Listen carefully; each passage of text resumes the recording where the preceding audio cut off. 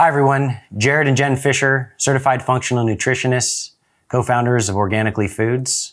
And today we're going to discuss some of the guiding principles of Organically Foods, starting with 100% organic and what that really means.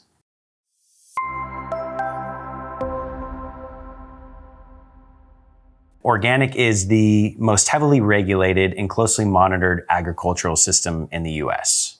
And there's a set of standards and guidelines set by the USDA that companies must follow in order for their products to be certified organic.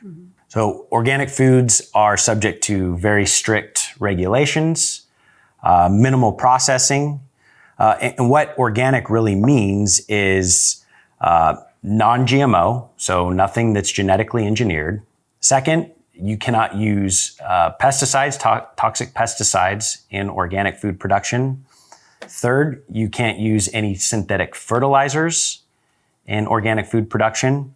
Additionally, you can't use artificial colors, preservatives, or flavors in organic food production. Organic food production supports healthier soil, healthier environment. It supports sustainability and regenerative agriculture.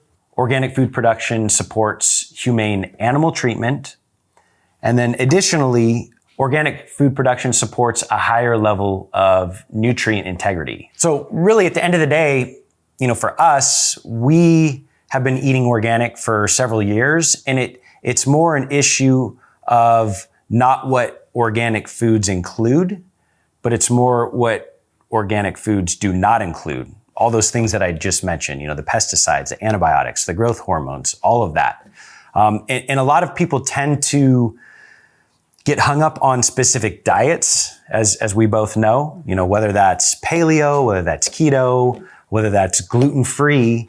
But oftentimes they leave what we feel is the most important factor in all of that, or at least it should be, which is organic. Because at the end of the day, if you're eating something that is gluten-free or grain-free, but it's not certified organic, it's still subject to everything that we just discussed related to non-organic certified foods, right?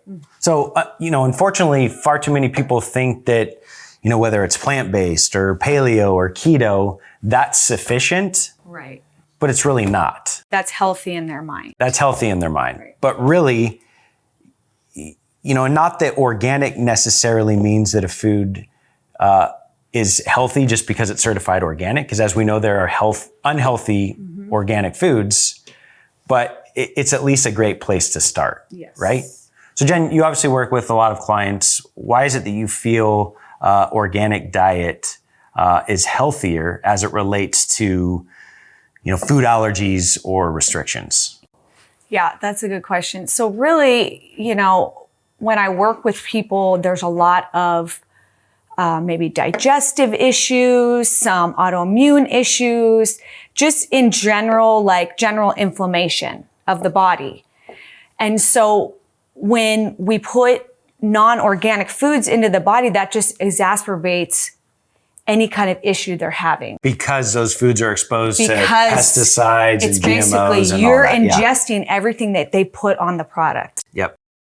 On the food, right? Yep. And so if we can just take that away and go all organic, and that's why it's so important to us, a lot of these things will dissipate. For instance, I have Hashimoto's, so I really stay away from anything that has pesticides in it because that makes me feel worse. So in general, it's the best thing to do to just stick to 100% organic. I mean, that's the best thing for your body. Yeah. And as we know, there's plenty of studies now that show that glyphosate, for example, which is the most common chemical used in the world, we know that glyphosate causes cancer. And California, back in 2018, finally acknowledged that glyphosate does cause cancer and added it to their Prop 65 list of cancer-causing foods. So yeah, you're absolutely right. All the things that we mentioned that come along with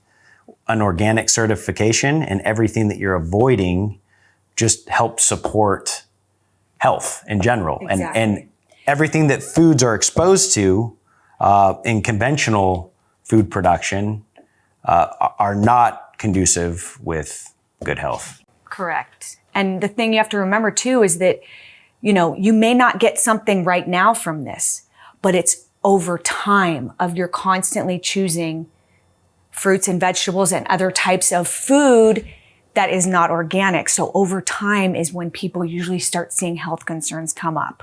Cancer, autoimmunes, I mean, there's digestive, there's all sorts of things, just aches and pains in your body even.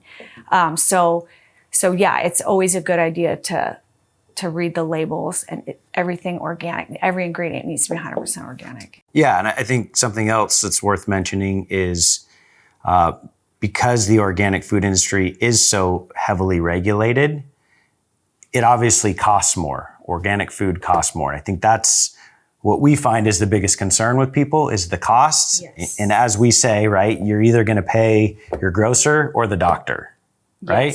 Yes. Why not pay your grocer and live a healthier life as opposed to unhealthy eating over years and years and years, which ends up affecting health in the long term negatively. It's definitely worth paying for it.